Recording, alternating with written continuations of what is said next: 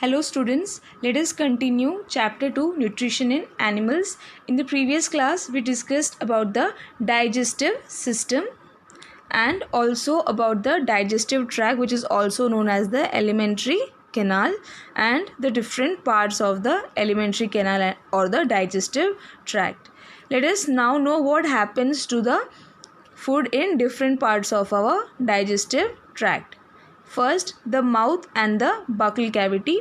Food is taken into the body through the mouth. Now, we all know that we take in our food through our mouth. This is where the process of ingestion starts. Now, what is ingestion? Ingestion is the process of taking food into the body. Here we have the definition of ingestion. The process of taking food into the body is called ingestion. We chew the food with the teeth and break it down mechanically into small pieces. Each tooth is rooted in a separate socket in the gums. Our teeth vary in appearance and perform different functions. Accordingly, they are given different names. As I said before, we take in food through our mouth, after which we start chewing the food with our teeth. Our teeth breaks down the food we eat into small pieces. We can say that the process of breaking down of food starts in the mouth itself. Now, teeth is plural form, the singular form is tooth. So, each tooth is rooted in a separate socket in the gums. So, every teeth has its own socket in the gums where it is rooted separately. Now, depending on the functions each tooth perform, they vary in appearances. We can see that each tooth has a different shape, a different structure, and they are named accordingly. Before discussing arrangement of teeth and different type of teeth, let us discuss milk teeth and permanent teeth. Do you remember about falling off your teeth some years ago? The first set of teeth grows during infancy and they fall off at the age between 6 to 8 years. These are termed milk teeth. The second set that replaces them are the permanent teeth. The permanent teeth may last throughout life or fall off during old age. In human beings, teeth grow twice. The first set of teeth are the ones we get during infancy, means when one is a small baby.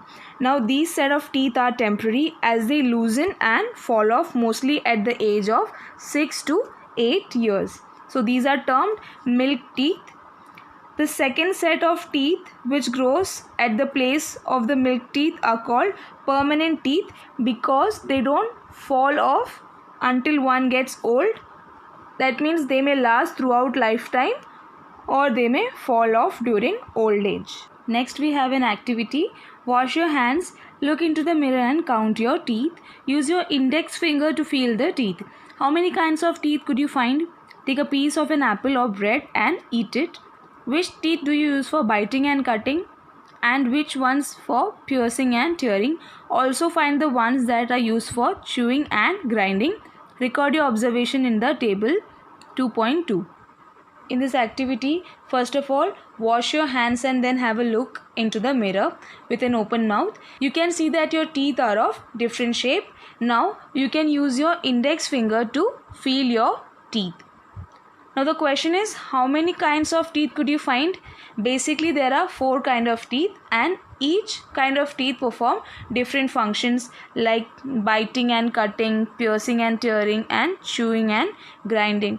So, in this table, we have to record the observation. So, you have to take an apple and have a bite of it, and then you have to mention the type of teeth and number of teeth in the lower jaw and upper jaw. So, first of all, we have cutting and biting teeth. You can observe that there are 4 teeth in the lower jaw and 4 teeth in the upper jaw for cutting and biting. That means a total of 8 teeth. Similarly, for piercing and tearing, there are 2 teeth in the lower jaw and 2 teeth in the upper jaw. That means a total of 4. Similarly, find the number of chewing and grinding teeth and note your observations in the table. Now that we know there are different type of teeth, let us study their arrangement and know about their names. Let us now discuss different type of teeth and arrangement of teeth in some detail. As I have told you before, there are 4 types of teeth: incisor, canine, premolar and molar. there are 4 incisors at the center of each jaw. That means there are 4 incisors in the lower jaw and 4 incisors in the upper jaw. Behind the incisors, there are 2 large and pointed teeth in each jaw. That means there is 1 on each side of the jaw and 2 in the lower jaw and 2 in the upper jaw. A total of 4 canines. They are used for piercing and tearing of the food. Now behind the canines, there are 4 premolars, 2 each on each side of the jaw. That means 4 in the lower jaw and 4 in the upper jaw. They are used for grinding and chewing of the food. Next, there are molars just behind the premolars. They are mostly found in adults and there are 6 molars arranged as 3 on each side of the jaw. That means a total of 6 in the lower jaw and 6 in the upper jaw. They are large and they have a flat surface and they are mostly used for grinding of the food. Our mouth has a salivary gland which secretes saliva. Do you know the action of saliva on food? Let us find out. In the previous class, we discussed about various glands which secrete digestive juices that help in digestion of food. One such gland is a salivary gland which are located in our mouth and they secrete the digestive juice called saliva. To know the action of saliva, let us consider an activity. Take 2 test tubes, label them A and B. In the test tube A, put 1 teaspoonful of boiled rice. In the test tube B, keep 1 teaspoonful of boiled rice after chewing it for 3 to 5 minutes. Add 3 to 4 ml of water in both the test tubes. Now pour 2 to 3 drops of iodine solution in each test tube and observe. Why is there a color change in the test tubes? Discuss the result with your classmates and your teacher. Now in this activity, take 2 test tubes and you have to label them as A and B. Now in the test tube name A, put 1 teaspoonful of boiled rice. Then in the test tube name B, you have to put another teaspoon of boiled rice, but this time you have to put it after chewing it for 3 to 5 minutes.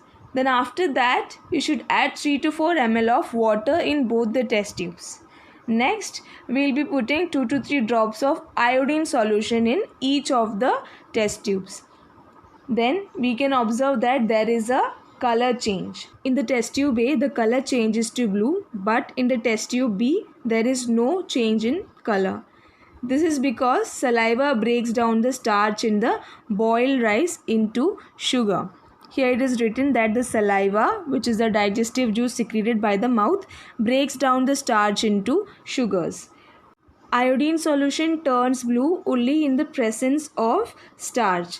Now in the first test tube A, we have placed 1 teaspoonful of boiled rice, and since it turned blue, and we also know that rice contains starch, but in the test tube B, we had placed boiled and chewed rice. That means it contains saliva and the saliva breaks down the starch into sugars. That is why there was no color change in the second test tube, indicating that there is no presence of starch in the test tube B. We will be discussing about the tongue and other parts of the digestive tract in the next class.